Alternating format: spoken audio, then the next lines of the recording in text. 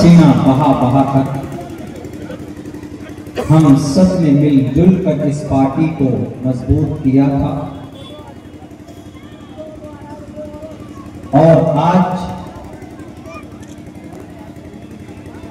इसी पार्टी के प्लेटफॉर्म से कुछ और नए लोग हैं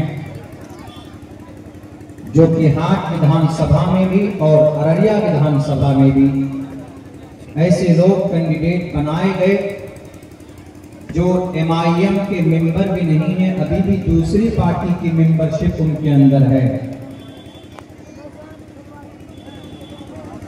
हम तो बस इतना जानते हैं, हमारा अकीदा इस बात पर है कि जो इंसाफ करे, जो इंसाफ की बात करे, हमें उसका साथ देना चाहिए और हमें उस पर काम करना चाहिए, उसकी मदद करनी चाहिए।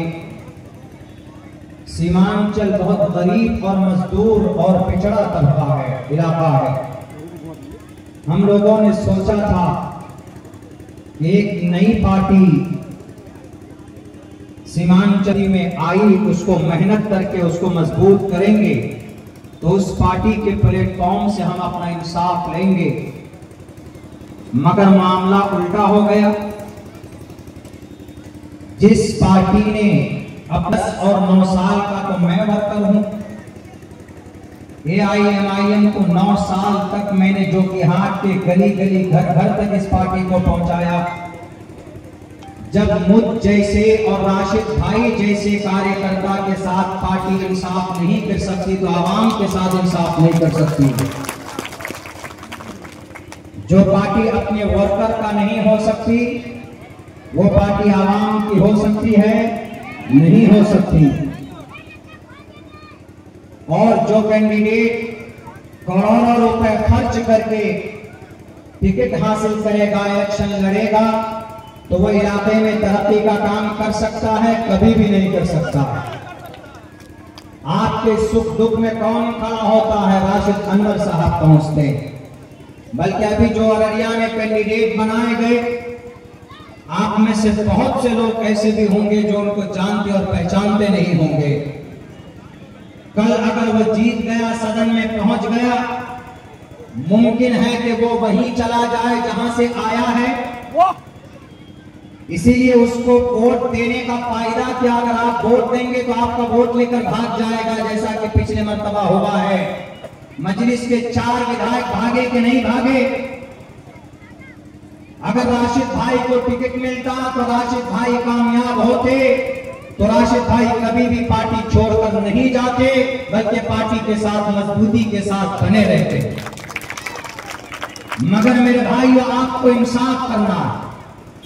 राशिद भाई के साथ नाइंसाफी हुई, मेरे साथ नाइंसाफी हुई। और जो कि हाट के अंदर जो कैंडिडेट बना है MIM का, वो आदमी आज YouTube में मुझे, Facebook पे मुझे धमकी देता, मुझसे कहता है कि मौलाना अब्दुल्ला तुम्हारे ऊपर मानहानि का केस करूंगा। अरे कैंडिडेट साहब, आज अगर आपको जीत नजर आ रही है जो कि हाट में, तो अब्दुल्ला सालिम का लगाया हुआ पौधा है,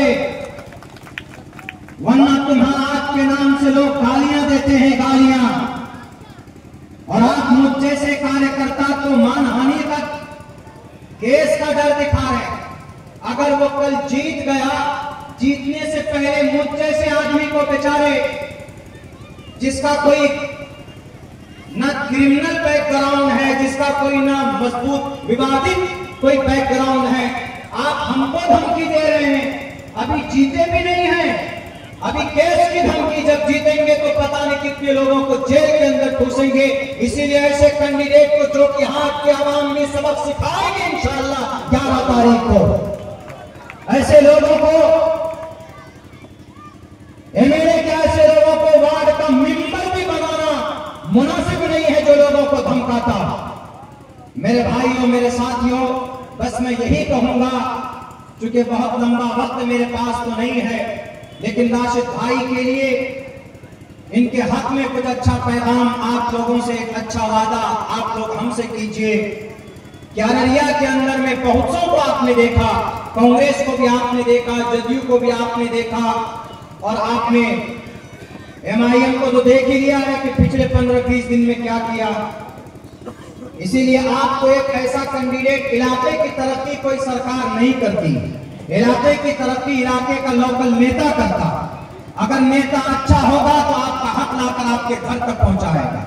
अगर नेता करप्ट होगा, अगर नेता बहुत बड़ा पैसा वाला है, वो गरीबों को जानता नहीं, गरीब उसको नहीं जानते, अगर आपने उसको जिता दिया तो वो कभी भी अररिया की धरती पे नजर नहीं आएगा, पटना में बैठा हुआ नजर आएगा।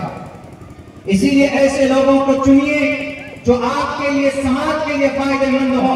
और ये तमाम सिफत अगर किसी के अंदर पाई जाती है, मैं राशिद भाई के साथ पिछले 10 साल से जुड़ा हुआ हूं, मैंने देखा है कि कहीं पर एक्सीडेंट होता है तो सबसे पहले राशिद भाई अपनी उसहद के मुताबिक पहुंचते हैं।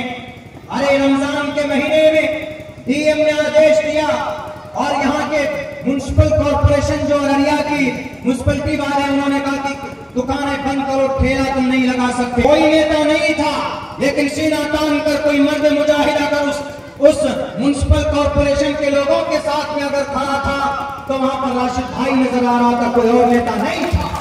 जब हमारे सिर्फ नजर आएगा राशिद अनवर, तो हमारा भी वोट राशिद अनवर को जाना चाहिए, किसी और को नहीं जाना चाहिए।